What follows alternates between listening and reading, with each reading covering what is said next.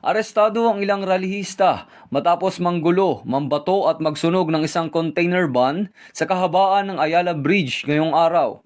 Nagkumpisa ang gulo matapos sunugin at pagbabatuhin ng isang nakahintong container van. Hindi lang pambabato ang inabot ng mga nakabarikadang pulis, hinagisan din sila ng mga pintura. Agad namang rumesponde ang mga pulis sa naturang pangyayari.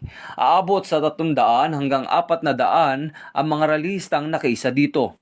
Sinisiguro ng Philippine National Police na mapanagot sa batas ang mga ralistang nanggulo at nanakit sa mga otoridad. Sa patuloy na panggugulo ng iba pang mga ralihista ay hindi mawawala ang maximum tolerance at pagiging profesional sa pagtupad ng kanilang tungkulin upang masiguro ang kaligtasan ng bawat individual na nakiisa sa malakihang pagtitipon na ito.